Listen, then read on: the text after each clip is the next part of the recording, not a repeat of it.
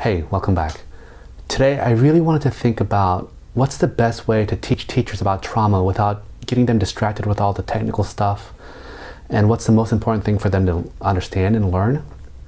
And I thought that the best way to do it might be to just make a difference between a learning brain versus a brain in survival mode. So we'll just call it learning brain versus survival brain. And this is the difference. So learning brain is this brain that's open to learning new information, and it's completely okay with ambiguity and grays and vagueness, and it sees the big picture. It like pulls back and is on the balcony, can look over the forest and figure out what's going on.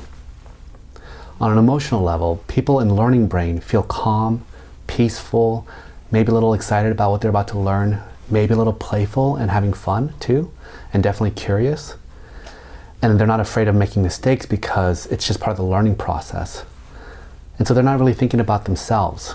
And they actually feel a little bit of confidence that if they just apply themselves, they might pick up what they're trying to learn. Now, survival brain, on the other hand, is completely different. It's hyper-focused on threat.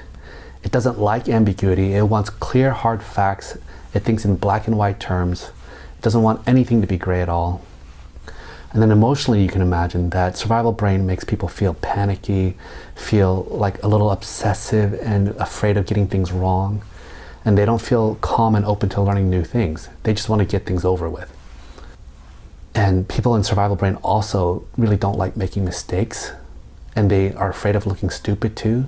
So students in survival brain don't want to be picked on. They don't want to raise their hand and ask questions and look stupid. And so these people are also filled with doubt about their own ability to learn stuff, and they're afraid that other people can see how stupid they really are. Now, it's really important to understand how learning brain and survival brain interact, because survival brain always trumps learning brain. And it makes sense, because survival brain is just trying to save your life. And so if it thinks that there's something dangerous happening, you better pay attention to it, right?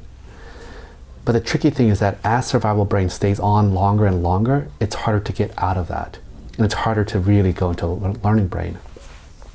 And the way I think about it is kind of like the myth of Sisyphus. You know, that guy who has to push a rock up a hill, and then every day it falls back down and he has to do it over and over again? Well, being in learning brain is like being up on the high parts of that mountain. You can see the expanse of what's going on, but it also takes a lot of work to be up there. And at any second, if you're not paying attention and putting effort into it, it's so easy to slip back into survival brain again. And that rock that Sisyphus is trying to push up, well, that's kind of like stress. And the more stressed you feel, the heavier and bigger that rock gets, and it just pushes you back into survival brain quicker. Now, the kicker is that for traumatized people, stress is a really rigid and intense thing. And so with trauma, any little stress makes that rock grow way bigger than it normally would.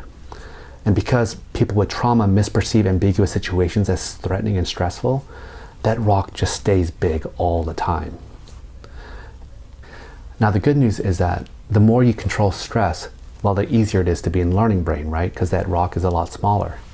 And what I really want to highlight for teachers is that the best way to keep students in learning brain goes back to why I spent so much time talking about attachment.